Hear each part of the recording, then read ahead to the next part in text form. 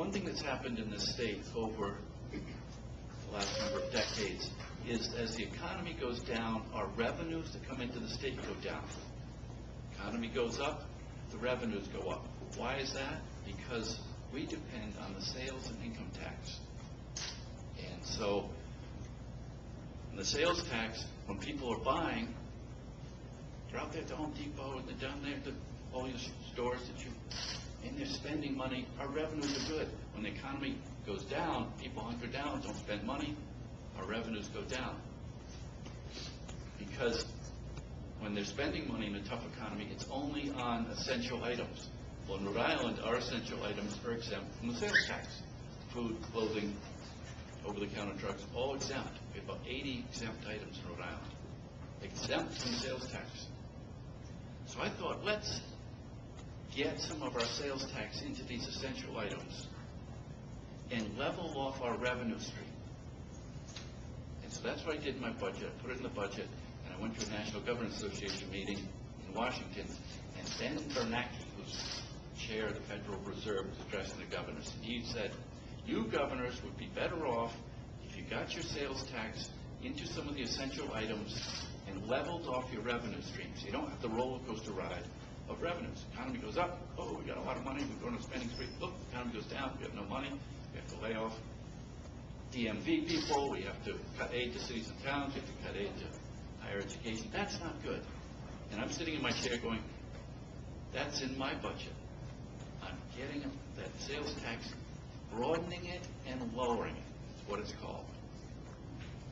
Broaden it out, so you don't have all these 80 exempt items, and lower it. Don't forget my sales tax proposal lowers it to 6% from our 7%. That's lower than Connecticut, lower than Massachusetts. People are going to come here to spend money, buy a car, 6%. And I also wanted to invest in higher education. I firmly believe in education. That's where we want to invest. We want URI, RIC, and CCRI to be affordable. So I put in the budget, even in these tough times, $10 million. They wanted $30 million. I couldn't give them the full $30 million. I gave them $10 million more, reversing the trend of cuts. We want URI, RIC, and CCRI to be affordable. I also knew that we've worked hard over the years to get a funding formula for our elementary and secondary education. Finally, Rhode Island, the 50th state, the last state, to have a funding formula. Instead of every year, okay, Newport gets this, Johnson gets this, and you never knew. We now have a formula, but it required $14 million. I could have said, no, I'll wait till next year. I don't want to wait till next year. I put in the $14 million, even in this tough year.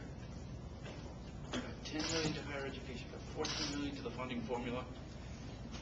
And in transition, when I was in between getting inaugurated, the Director of Transportation came in and said, we're borrowing money every year to get our 20% state match in order to get 80% federal funding.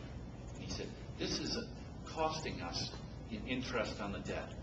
I said, that doesn't make any sense. How much does it take to get off this borrowing? He said, $60 million. I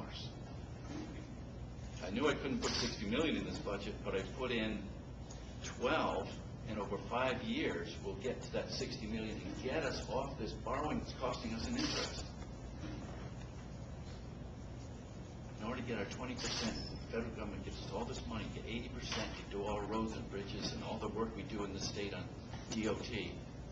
We go every year as voters and vote to a bond issue to get our 20%, the only state in the country. It doesn't make any sense, and we pay interest on that borrowing. So I've got the $12 million in this year's budget. I've got the $10 million for the funding formula, for the school formula. I've got the $10 million for higher education. And then lastly, as a mayor and councilman, I've been watching the municipal pension funds. Everybody's talking about the state pension fund. Well, listen to this. The state pension fund's about 48% funded. I knew, as working with the cities and towns, that a lot of the municipal pension funds are in much worse shape than the state. The state, as I said, 48%. Listen to this. Smithfield Police, 11.4% funded. Cranston Police and Fire, 15.8% funded. Coventry Police, 17.4%. Situate Johnston Fire Department, 26%. Coventry Town and Police, there are 15, on and on they go. Newport, Tiverton, West Warwick, Cumberland. There are 15 municipal pension funds, worse than the state at 48%. The worst being Smithfield Police at 11.4%, Cranston, 15% funded. So, do I want to stick my head in the sand and ignore this? Of course not. I got elected to solve problems, not ignore them. So I put in this year's budget $19 million as an incentive to those cities and towns that aren't putting their annual required contribution into their pension funds. It's called an ARC, annual required contribution. They're just not doing it. And I don't want to ignore that anymore. It's required annually to put this in. And so I put in $19 million in my budget as an incentive to those bad boys and girls out there that are not doing their ARCs. So people are saying, oh, Chafee, where are you on pensions? I'm stepping up in the toughest year of all to address the biggest problem, bigger than the state problem, these municipal pension funds. I call it an iceberg. We're just heading right for this iceberg sitting out in the water, these municipal pension funds. And I want to do something about it. So in this year's budget, I have $14 million to the school formula, $10 million to higher education. I think I have those reversed last time I ran down them. $12 million to DOT, $19 million to the municipal pension funds. That's a commitment to education, to infrastructure, and to the future.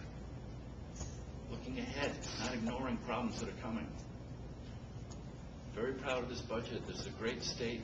A big part of getting our economy going is having a good budget. I saw it with President Clinton. You address your problems, people are going to have confidence. Good. We tackled it. We're going to get this state going. Now, I don't know what's going to happen in the House and Senate, but I'm working with them. They, over the last decades, have ignored the governor's budgets, just ignored it, and written the budgets on their own. And so I'm trying to reverse that past performance of let's work together, let's get this state going, let's not do it on smoke and mirrors. And I am confident that our better days are ahead in the state. We're overdue. We're overdue, right there on the threshold. We have great mayors, we have great leaders, and working together, and good things are ahead with your help in the chamber.